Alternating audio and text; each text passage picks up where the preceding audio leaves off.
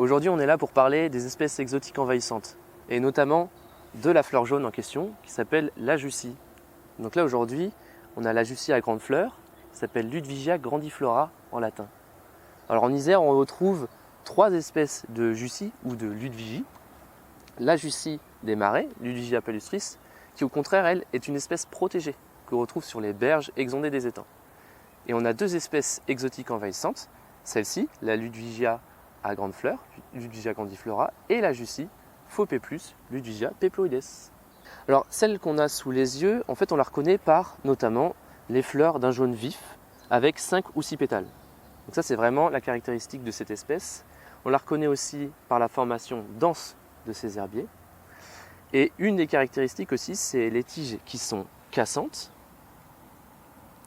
Et aussi c'est une espèce qui a à la fois une forme émergée et immergée. C'est-à-dire qu'on peut la retrouver avec une formation dressée, étalée, mais aussi qui se dresse hors de l'eau.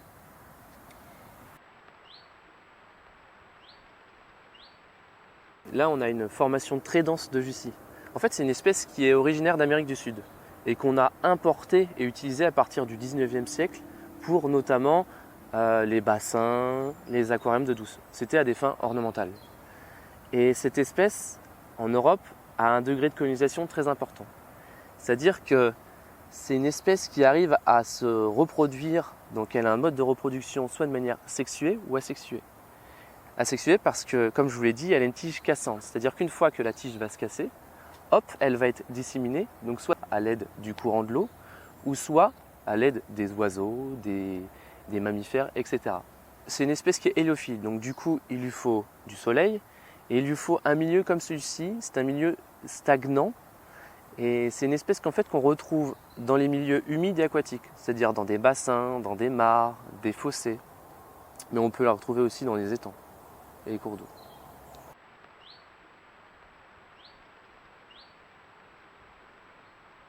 Alors les conséquences, elles sont importantes, c'est-à-dire qu'une fois que le petit fragment arrive à coloniser un milieu, il va se développer, si les conditions sont optimales, créer une formation dense comme le vous voyez ici.